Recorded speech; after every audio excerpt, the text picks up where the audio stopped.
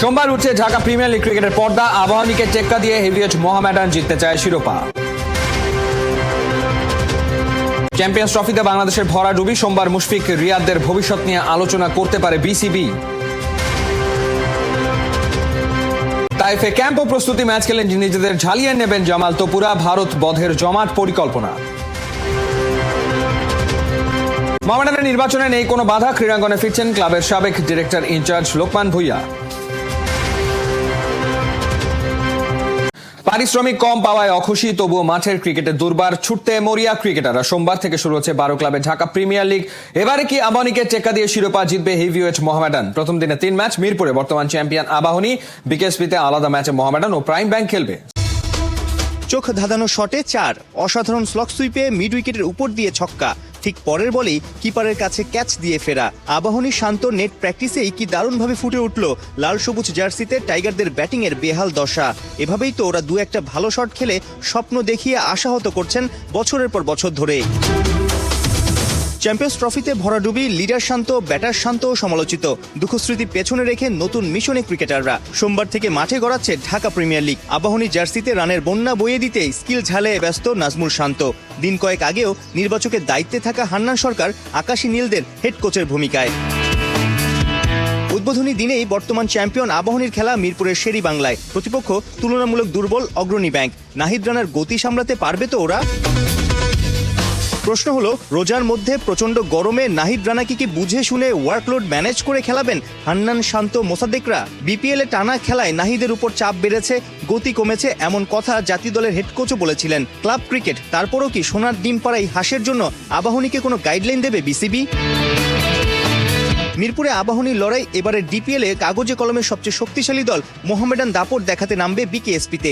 3 পাণ্ডব তামিম, মুশফিক, রিয়াদ, সাথে তাওহিদ হৃদয়, মিরাজ, তাইজুল, নাসুম, তাসকিন, এবাদত, সাইফুদ্দিন। এমন দলের বিপক্ষে চাপেই থাকার কথা প্রিমিয়ারে নবাগত গুলশান ক্রিকেট ক্লাব। মজার ব্যাপার, গুলশানের এই ক্লাবের মালিকানায় তামিম ইকবাল। কাপ্তানের দায়িত্বে যুব এশিয়া কাপ জয়ী আজিজুল হাকিম তামিম। বিকেএসপির আরেক গ্রাউন্ডে শক্ত দল প্রাইম ব্যাংক লড়বে রূপগঞ্জ টাইগার্সের বিপক্ষে। সবার নজর রবে নাইম শেখের দিকে।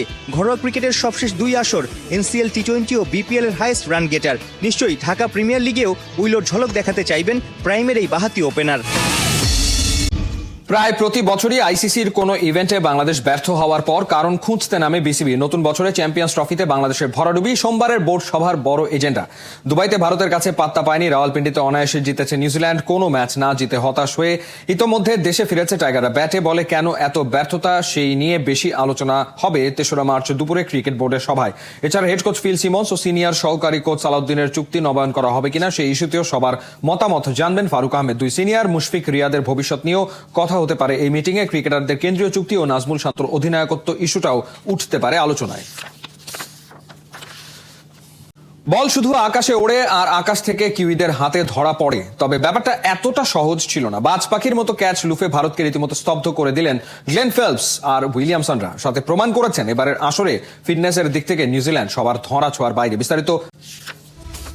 উইকেট উইকেট আর উইকেট। 7 ওভারের মধ্যেই ভারতের টপ অর্ডার চেকমেট।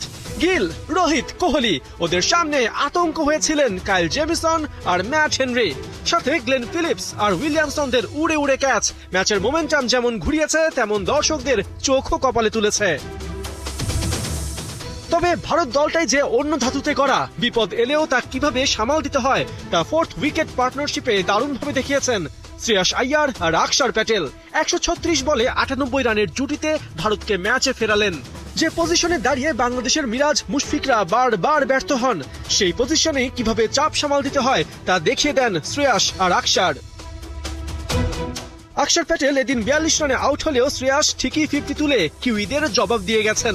সেঞ্চুরিটাও হতো যদি না ওরর্কের বলে মিড উইকেটে ক্যাচ না তুলতেন। তারপরেও শ্রেয়াসের 98 বলে 79 রানের ইনিংস ভারতকে 200 ক্রস করার মঞ্চ তৈরি করে দেয়। যে মঞ্চে দাঁড়িয়ে স্বভাব সুলভ ভঙ্গিমায় এক্সাইটমেন্ট ছড়িয়েছেন হার্দিক পান্ডিয়া। পান্ডিয়া এলেন, মারলেন আর শেষ ওভার পর্যন্ত ব্যাট করে ভারতকে সেফ সাইডে রেখে ফিরেও গেলেন। মাঝে নামের পাশে যোগ করে নিলেন 4 বাউন্ডারি আর 2 ছক্কায় 45 বলে 45 রান। ভারতও শেষ বল পর্যন্ত লড়াই করে বোর্ডে তোলে 9 উইকেটে 249। ভারতের এই লড়াইয়ে কঠিন পরীক্ষা নিয়েছেন ম্যাট হেনরি। কিউই পেসার 9 বছর পর আদায় করে নেন 5 11 বছরের ওয়ানডে ক্যারিয়ারে তৃতীয়বারের মতো 5 উইকেট। আশ্চর্যজনকভাবে ম্যাট হেনরির আগের 2 5 ছিল 2 এশিয়ান দেশের বিপক্ষে, শ্রীলঙ্কা আর পাকিস্তান।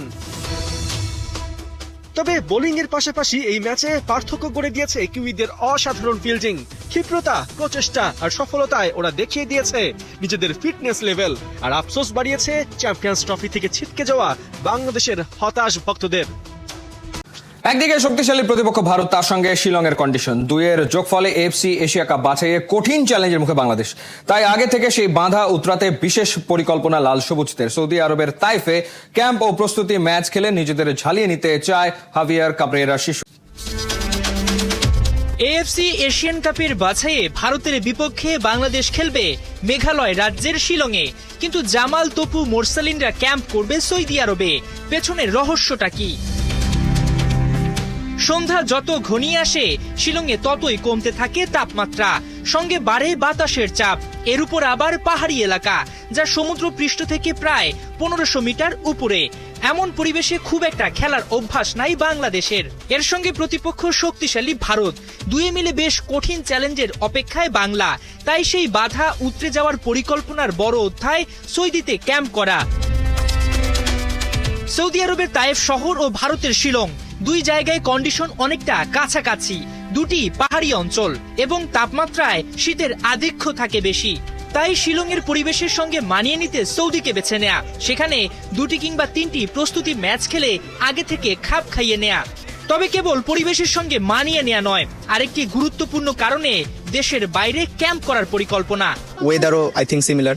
আর বেসিকলি সৌদিতে ক্যাম্প করার আমার মনে হয় ওইখানে সবাই ফোকাস থাকে, একটু ফ্যামিলি এখানে থাকলেও ফ্যামিলির একটা ব্যাপার স্যাপার আছে, কথা বলবে সবাই। সো সেখান থেকে একটু আলাদা অবস্থায় থেকে প্র্যাকটিস করা, টিমের সবার সাথে ভালো সম্পৃক্ততা তৈরি করা, এটা আমার মনে হয় যে টিমের জন্য ভালো।